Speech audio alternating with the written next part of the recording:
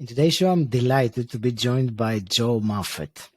Joe, you have been a mindset coach for high performance for the last decade. You have a master's degree in performance psychology. You have worked with Tony Robbins for many years, and you have done over 22,000 peak performance calls. You are the CEO of Master Life by Design, and your mission is to help others put an end to their suffering and master their life by design. Joe, welcome to the show. It's such a pleasure to speak with you today. Thank you for having me. Excited to be here with you guys. So am I, and we have lots to talk about mastering life by design, as you say. Before we go there, let's start with a little bit of your journey, some background. So take us back before all this, before the high performance coaching and so on. What was the turning point? Yeah, I remember getting out of high school, graduating. 9 days later, I left for the military, and I spent 5 years in the military. And on that journey, there was a lot of moments where I suffered. I wish I had the tools that I had now to be able to help myself in those moments. It would have eliminated a lot of pain in my life. And once I got out of the military, I found myself $30,000 to $40,000 in credit card debt for the third time. So I like to think I'm an overachiever. I don't do things once or twice. I got to do it 3 times, right? And I was living in Southern California, which isn't the cheapest place in the world to live. I was living with 6 roommates, and barely had money coming in. And I felt like I was just at rock bottom. And I got involved in network marketing, and I thought that was my path to success, but I was struggling financially at that moment in my life. And I remember there being a point where I'm like, there's got to be something more. There's got to be a better way. And once I started digging into network marketing, I started learning about books like Think and Grow Rich and The Magic of Thinking Big.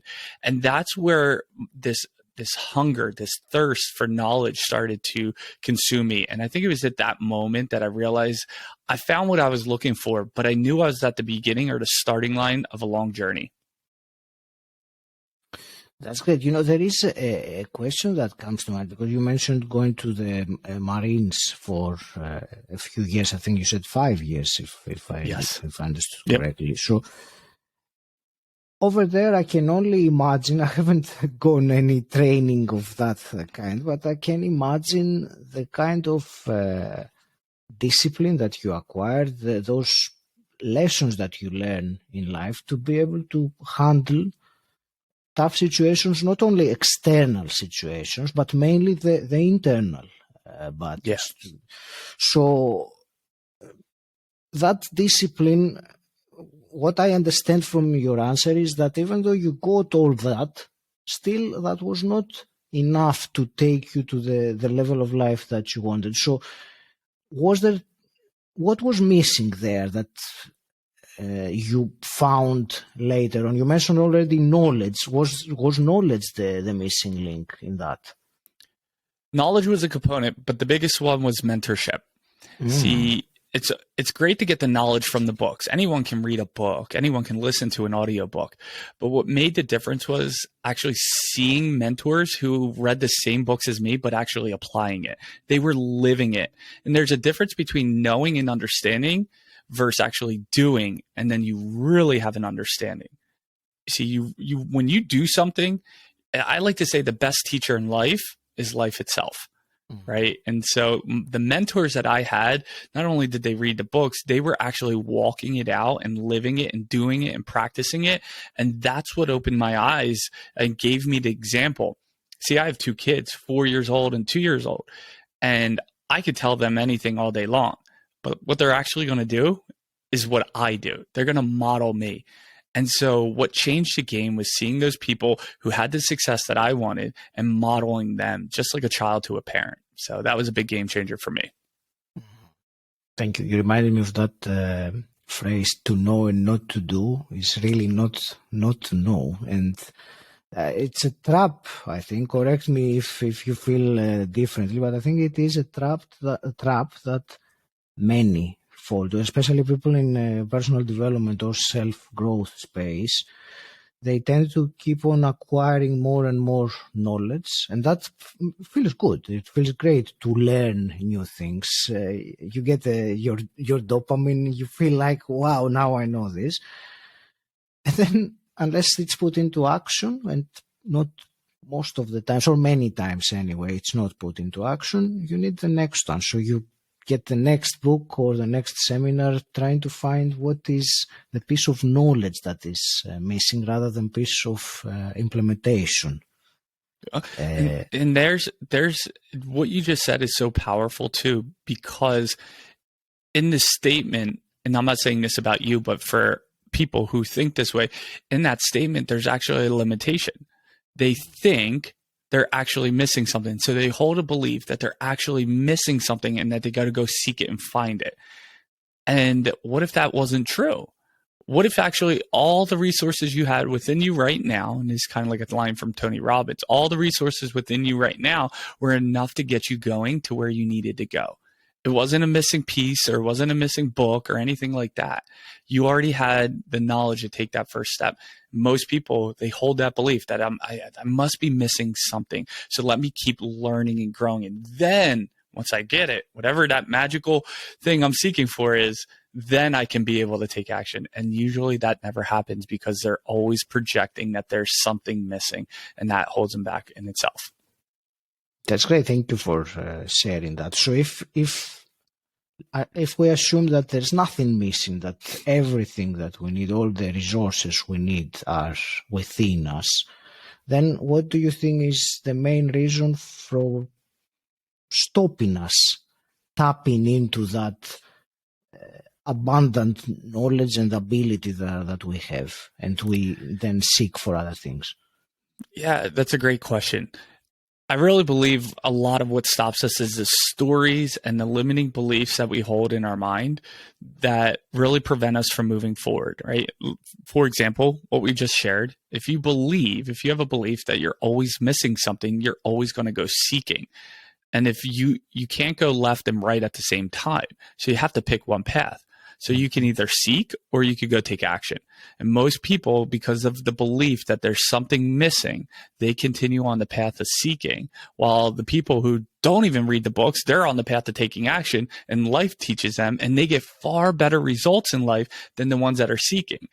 See, I saw it all the time in network marketing. There was people, they read every book. They went to every event. They could quote what page, a golden nugget was on. And then I had someone else that they never read any books, but they were making 3 times more money than the other person. Mm-hmm. It's like, because action can trump knowledge most of the time. But there is a time and a place to seek, right? Like, you got to have both. That's why there's the yin and the yang. But I really believe it's the limiting beliefs that we hold, the stories that we tell ourselves. And the biggest problem is most people never question their own thoughts. They just accept their thoughts to be true. And that's one of the biggest things I help my clients with, and even check in on myself personally. Like, is this thought true? Is it really true? And when you slow down enough to actually check your thoughts, you would be shocked at what you would naturally believe, but then you start to question it. When you start to question it, you realize that's not really true. And that can be a big game changer for a lot of people. Most certainly. And I think if I can add to that, I think the challenge here is to become aware and step back from the thought for a moment enough to question it, because when you are riding the train of it with the thought or the series of thoughts, which involves emotions as well, and so it can be a very intense ride sometimes. Having the ability to step out of that for a moment and catch yourself, I think that is what will allow then for you to question that thought in the first place. Yes, very much. I will say being consciously aware it's always the first step, but for a lot of people, especially new into personal development, it can be a real challenge for them to have that awareness. I love the book, The Untethered Soul by Michael Singer. Have you ever read that? Mm-hmm. It's such a great book. And for your audience who maybe haven't read that, it's such a great book. He talks about, we're consciousness, and we are the one that actually we're observing the thoughts that are in our head. And most people, that's a little bit difficult for them to wrap their head around. But when you do, it really starts to shine a spotlight on where your challenges are actually coming from. And that book has helped me tremendously. So I absolutely love what you said. You're spot on. The awareness is really the first step. Mm-hmm. Any action you can recommend someone to do or practice? Because I know it's not one magic button that you can press and immediately from then on become aware of your thoughts, but something practical that one can implement to facilitate that process of awareness more. Yeah.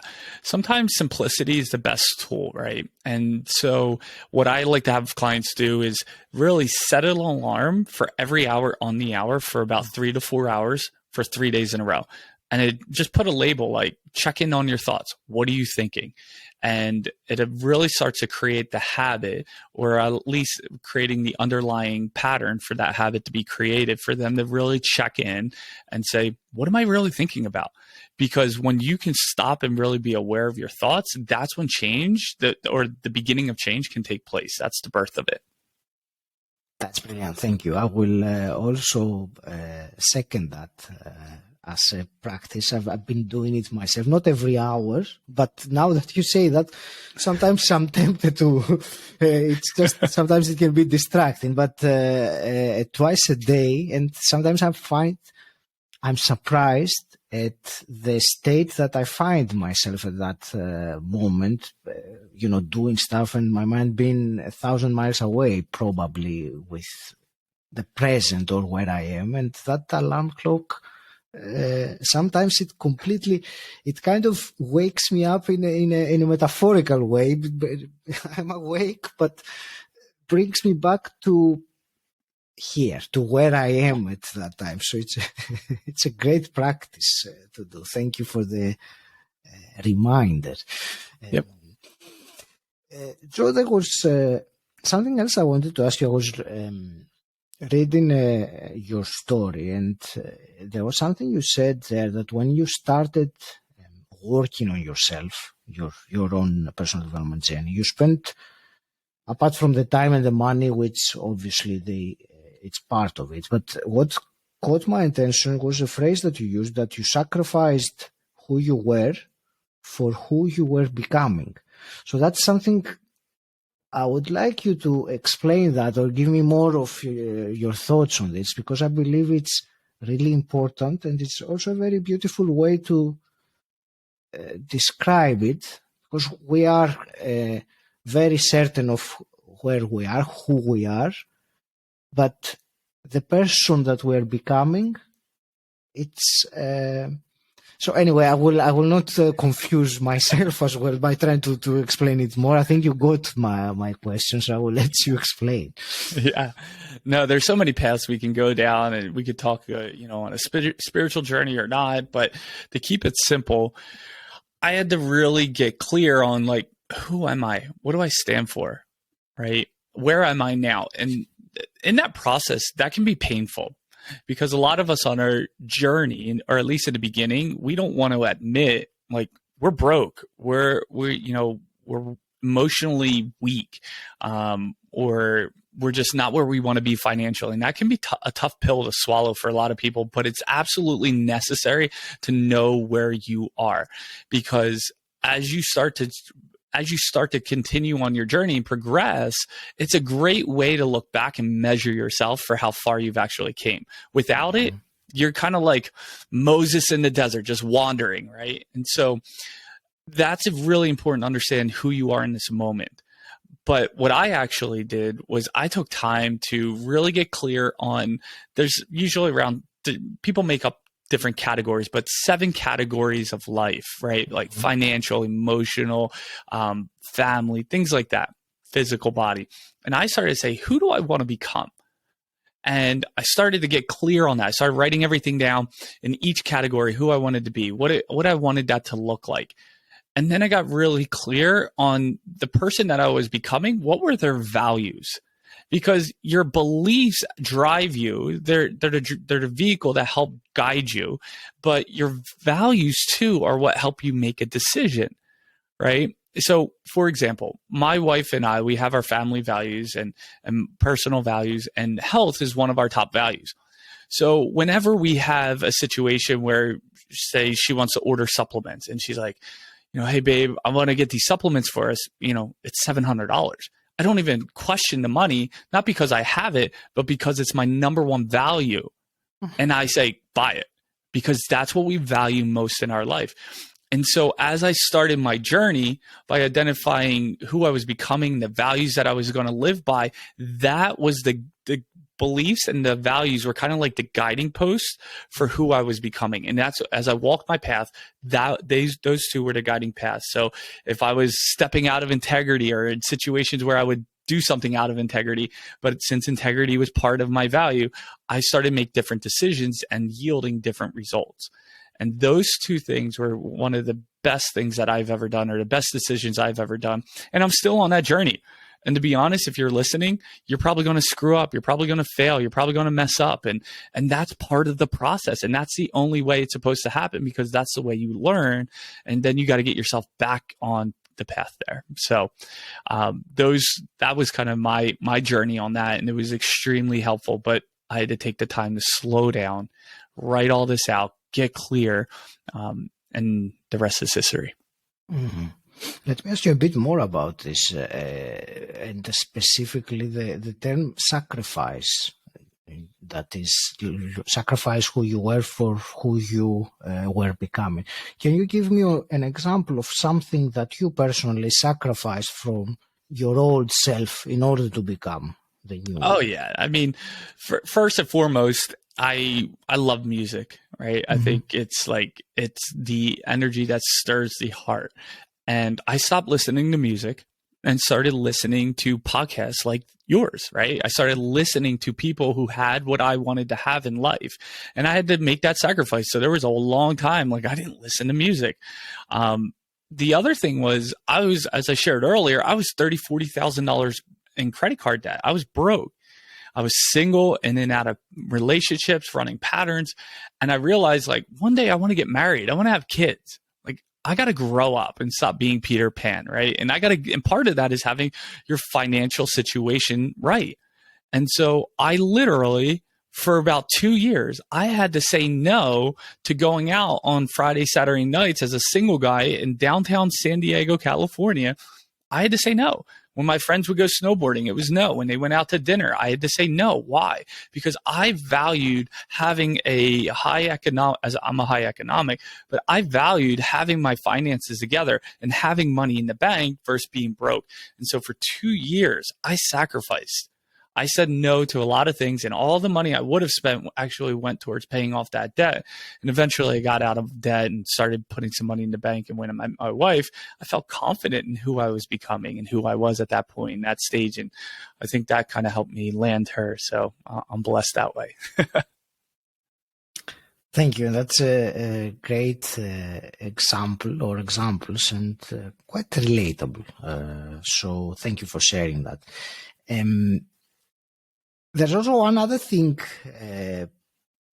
that I read, that during your journey of development, you have developed some tools and habits, which, of course, it's a big topic on its own, and I'm not going to go in detail there, but I would like to have a quick comment out of these habits, the rituals, as you say, that you have developed in your journey. Is there one or two that you consider to be very important or non-negotiable that you do? That's a great question. And as you say that, there's a ton of things that flood my mind. And so I will say two things. One, I believe that life and death is in the power of the tongue, right? And what I mean by that is our words have power. There was actually a study done in high school where they took two plants, put them in the same exact environment in the hallways. They all had the same light, same water every day. But what they did was they labeled one bad and they labeled the other one good. And every time the kids would walk by, they would say mean, bad things to this plant that was bad. And they would say happy, blessed, positive things to the one that was happy. And at the end of 2 weeks, the bad plant was withering away. And the happy plant, or the good plant, was thriving. And so the words that we carry, and there was actually a study done based on, I think there was this Japanese maybe scientist, he studied water, right? If you write on your water, the molecules change. So words are power. So I love speaking life over my life, over myself, right? And so I believe every morning to start out the day, I'm always speaking life. And I have things written down, things that I say to myself and over myself, and even over my family, my entire lineage to come. So speaking life and filling your own cup first, especially first thing in the morning, I think is absolutely powerful. You could do it while you're driving in the car to way to work. After you get done listening to a podcast like this, you could do it in the shower, right? Cooking breakfast. It's so easy to do. I highly recommend speaking life over yourself, because sometimes in the beginning of your journey or when you're feeling stuck, no one's going to do that for you. You got to do it for yourself, unfortunately. So that's the first thing. The second thing is I have what's called a set your mind right document, where I write on there anything that I want to integrate in my mindset, my life, anything I want to speak over myself. I literally put that down on my set my mind right document. And when I'm brushing my teeth or when I sit down before I take some calls with clients, I read that every morning, because I want to make sure my thoughts are actually directed in the direction I want them to go, and not by chance, not by randomness. Because if we live without something like that, it's easy for the world to dictate where our thoughts go. And we actually start to live in reaction to what life brings us instead of living at cause. But when you live at cause, life is much more exciting, but at the same time, it's much more predictable than when you're living in reaction. So those two things for me, I feel like are absolute must. Thank you. I love the phrase you said, the speaking life over my life. It's I haven't heard this kind of expression before. Is that do you do that in a form of some positive affirmations of some kind? You know, affirmations, incantations. Tony Robbins talks about the power of incantations, using your body, creating that energy. I believe there's truth to that. Okay. For me, I like to put music on. I like instrumental music. I usually have a list of things written down that I like to speak life over to myself. I've been saying some for years that they're just ingrained in me at this point, but I still continue to speak them. So just because you fill up a car once with gas doesn't mean you have gas forever. Every day you wake up with an empty tank. So let's fill that bad boy up, right? So I like to do that. I like to incorporate the music. It just brings more energy and excitement to integrate into my nervous system. That's great. Thank you. Joe, let's speak now about mastering life by design, because it's a truly fascinating concept. So if I were to ask you to give me a brief definition of how you mean that, what would you say?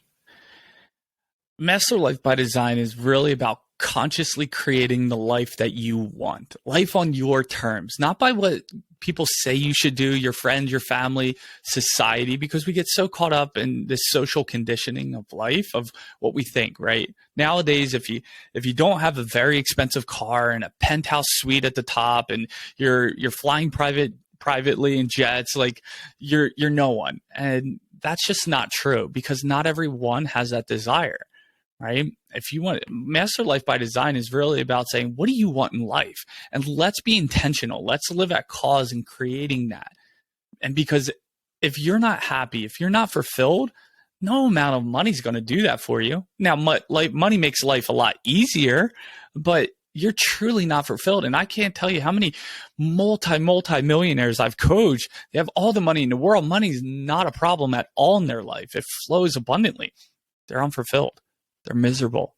They have no purpose. They're unhappy. Kind of like, your story, you said, a little where the purpose wasn't there and then got you on this journey. It's like, that is what people are missing. And that's what it's about. And so I want to kind of break the stronghold of the social conditioning that you got to be wealthy and said, hey, you know what? I'm happy. I'm fulfilled. That is how you become rich. And that's what I want to start changing for a lot of people. That's great. Do you want to expand a bit more on the Master Life by Design? I read that you have 6 pillars that are the main components of mastering your life by design. So do you want to give us a brief overview of those 6 pillars so that one can understand or maybe identify in themselves which is the one that they need to work on maybe more or before or something like that? Great question. So I'll share the 6. I don't think one's better than the other. I think it's a holistic approach. We kind of need them all. It's like if you work out all the time and you got a great workout routine, but you eat junk food all the time, your body's not going to transform the way you want. It will transform, just not the way you want, right? But the first pillar is health, right? Health is, we all heard it, health is your wealth, right? But really, truly, without health, you're useless, right? You can't be a good husband. You can't be a good father. You can't be a good CEO, a good son, daughter, whatever it might be. So you've really got to establish a healthy routine in your life for yourself. So you have the energy to go create this great change in the world. The second pillar is your emotions, right? Having that emotional mastery, because you could be healthy, but if you're just a butthead, right? Like if you're just rude and mean and angry to people all the time, no one's going to want to be around you, and you'll find yourself being extremely lonely. Plus, you probably don't even want to be around yourself. So living in those rich emotions like happiness, joy, fulfillment, passion, love, it's such a better quality of life. So mastering your emotions, your EQ is so important. The third pillar is relationships, right? Not just in your intimate relationship, which is really the pinnacle of your relationships, but also the foundation, which is all the people in your life. Like a lot of people, they have, and it varies, but they have a lot of friends, but not so much depth, right? Like they have friends that are a mile wide, but an inch deep. But do you have those relationships that are an inch wide, but a mile deep? And so really creating those rich relationships where you can be able to connect and feed off of one each other, speak life over each other. Like I find that to be essential because we all heard the term, your net worth is directly related to your network, right? And so if you don't have a network, if you don't have those relationships, it's hard to grow into really this fourth pillar, which is finances. And really taking the finance category or pillar is really important. We live in a culture, a society where, unfortunately, everything's ran by money, and especially even in politics, but we won't go down that path. But you really need to have your finances right. I realized that before I met my wife, like no great queen is going to want this little boy who doesn't have his act together financially. If I was going to meet a queen, she wanted a king, and a king took responsibility of his finances, and vice versa too for, the ladies out there listening. But one of the top 2 causes of divorce nowadays is finances. Think about if you had your finances right, and you don't have to be a multimillionaire, but you just had your finances right, how much pain and frustration and fighting, or what I call speed bumps in relationships, would we eliminate? But also, on the flip side, how many cool, epic experiences and journeys could you go on, right? Like, I want to teach my kids about the ancient pyramids and the Great Wall of China. I don't want to show them in a book. I want to be able to take them there and literally see with their eyes and walk and experience it. That takes finances. So get your finances right. Number 5, the 5th pillar is really about lifestyle, because you could have these first 4, but if you're sitting in your office all day, every day, and you're not going out and experiencing things and having the freedom to go where you want and how you want to go there, you're not going to be fulfilled, right? And so having the lifestyle of doing what you want. I love Steve Jobs' quote. He's like, I look at myself in the mirror every day and I ask myself, is this the life I want to be living? And if the answer is no, too many days in a row, I do something about it. And that's, to me, that's lifestyle. So changing that. And then number 6 is spiritual. Regardless of what you believe, like everyone has different spiritual beliefs, but are you living a purpose-filled life, right? Because I believe that's essential for creating this fulfilled, rich life that you want. And so spiritual is a big component now of, depending on your spiritual beliefs, are you diving into that? Are you living it? Are you practicing that? Because obviously, there's something to this world, something beyond just us, I believe, that's so magical, that makes this world go, that it's like, are you tapping into that? So those are really the 6 pillars for me that I believe help you master your life by design and really consciously create that life so that you're rich, you're fulfilled, you're happy, and you have some of the big key components in life that really make a difference in the quality of your life. Thank you for this comprehensive and concise at the same time answer. I think it was a fantastic overview of all the 6 principles. Thank you. Joe, well, I hate switching gears, but we have limited time together, and there is certainly one other thing that I wanted to ask you for sure, because of your background, performance psychology, and I read in the introduction 22,000 performance calls. So can you tell me, from this wisdom that you have acquired in this particular topic, do you think there is some common obstacle that you see or you saw in front of people reaching that high performance level, or maybe the most common thing that stops people from tapping into that peak performance, into their higher level? Yeah, I will say this.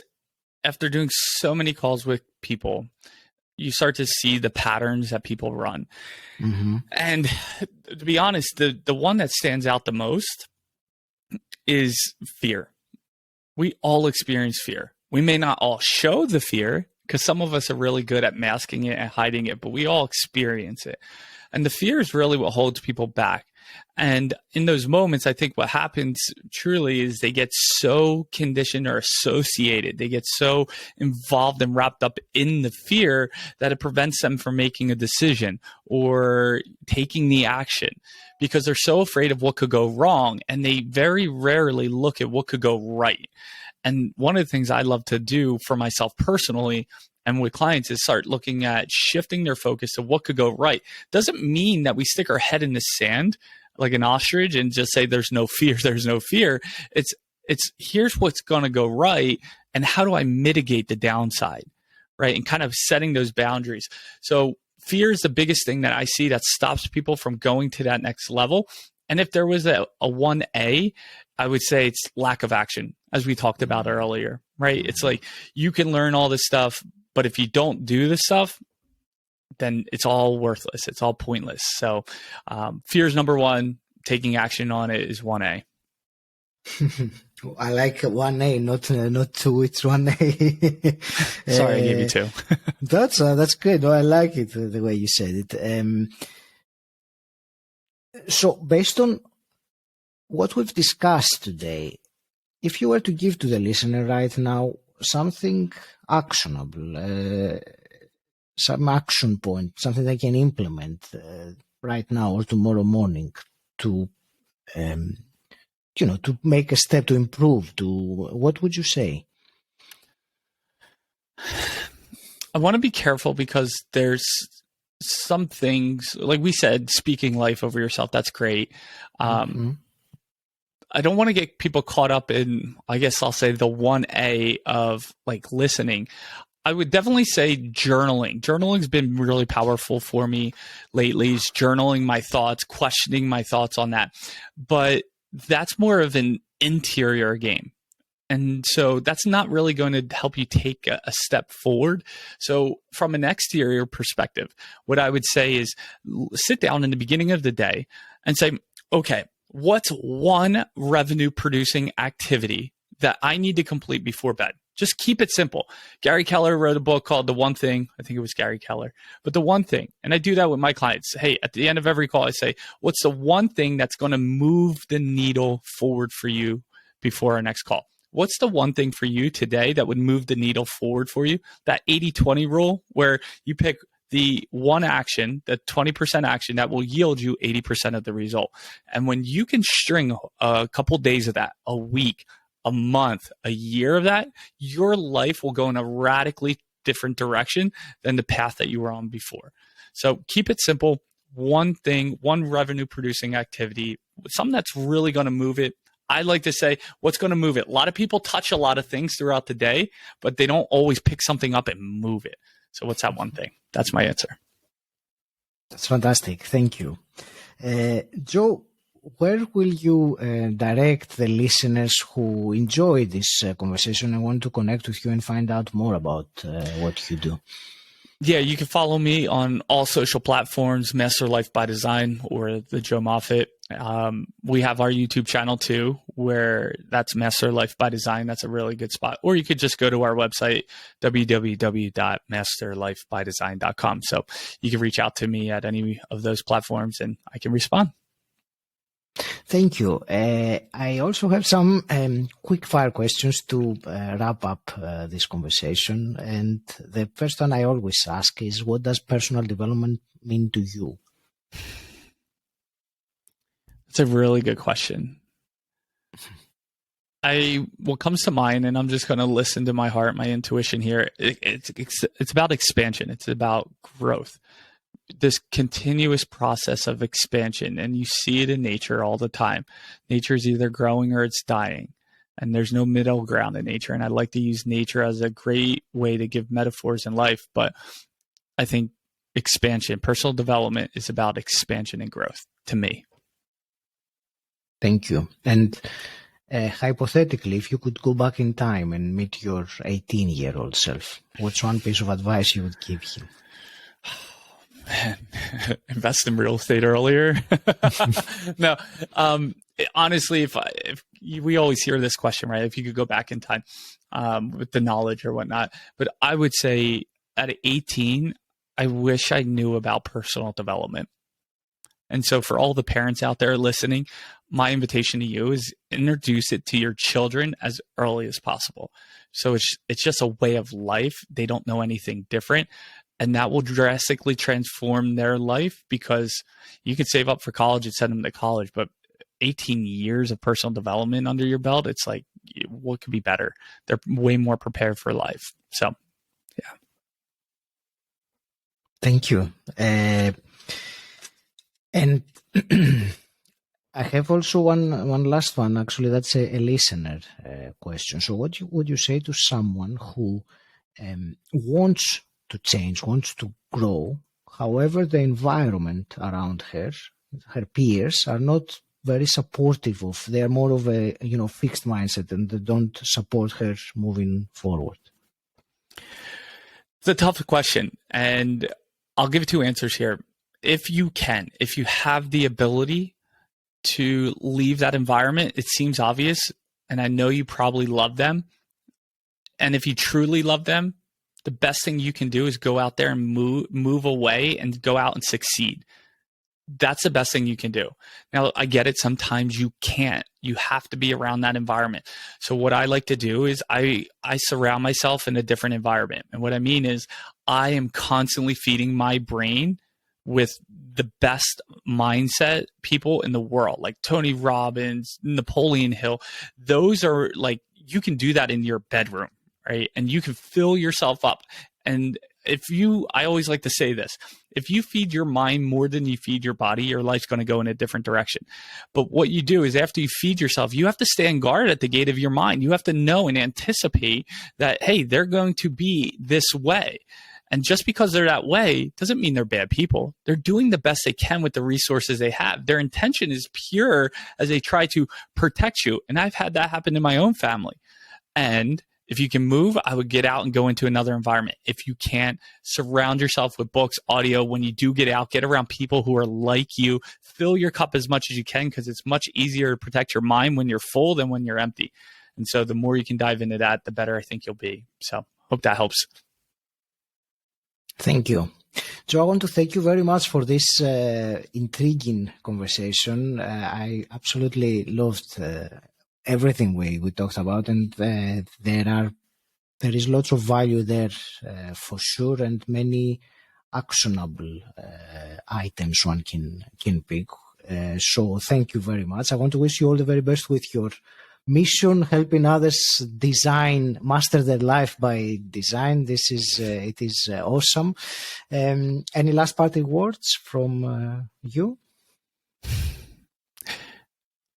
I'll share something that I learned in a flyby conversation with one of my best friends, and he didn't even realize he said it.